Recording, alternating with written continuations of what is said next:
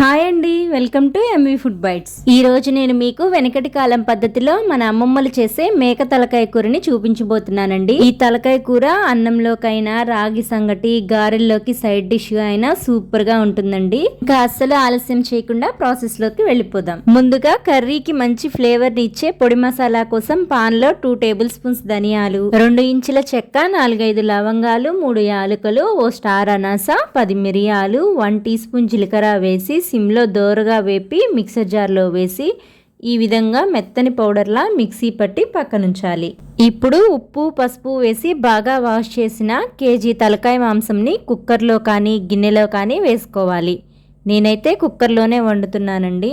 ఇప్పుడు ఇందులోకి 2 పెద్ద ఉల్లి ముక్కలు, 2 పచ్చిమిర్చి చీలికలు, ఓ పెద్ద టమాటా ముక్కలు, 1 టేబుల్ స్పూన్ ఫ్రెష్ అల్లం వెల్లుల్లి పేస్టు, రుచికి సరిపడా కళ్ళుప్పు, 1 టీ స్పూన్ పసుపు, మీ కారానికి తగినట్లుగా కారము, అలాగే ముందుగా మిక్సీ పట్టుకున్న పొడి మసాలా మొత్తాన్ని కూడా వేసిన తర్వాత 1 టేబుల్ స్పూన్ వరకు ఎండు కొబ్బరి పొడి వేసి, హ్యాండ్ఫుల్ కొత్తిమీర తరుగు కూడా వేసి, చివరగా 4 టేబుల్ స్పూన్ల వరకు ఆయిల్ కూడా వేసుకోవాలి.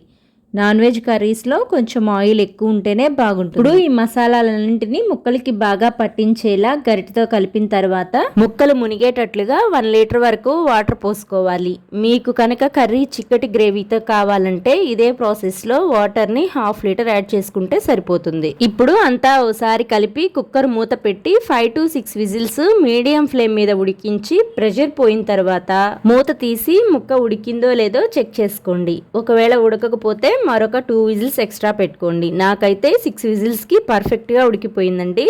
ఇప్పుడు మరలా ఒకసారి స్టవ్ వెలిగించి సన్నగా తరిగిన కొత్తిమీర వేసి మరొక 5 to 10 మినిట్స్ పులుసు కొంచెం చిక్కబడే వరకు ఉంచి సర్వ్ చేసుకోవటమే. ఈ తలకాయ కర్రీని ఏమి తినబుద్ధి కానప్పుడు, జలుబు దగ్గు ఉన్నప్పుడు చేసుకొని తింటే కొంచెం అన్నం తినేవాళ్ళు కూడా కంచం అన్నం లాగించేస్తారు. మరి తోడుతో మసాలా పట్టించి త్వరగా అయిపోయే ఈ తలకాయ కర్రీని మీరు ట్రై చేసి మీకు ఎలా వచ్చిందో కామెంట్ చేయండి. రెసిపీ నచ్చితే లైక్ చేసి మీ ఫ్రెండ్స్ అండ్ ఫ్యామిలీ మెంబర్స్ కి షేర్ చేయండి. ఇలాంటి మరిన్ని సింపుల్ అండ్ క్విక్ రెసిపీస్ కోసం మన ఎంవి ఫుడ్ బైట్స్ ఛానల్ని సబ్స్క్రైబ్ చేసి ఫాలో అవ్వండి.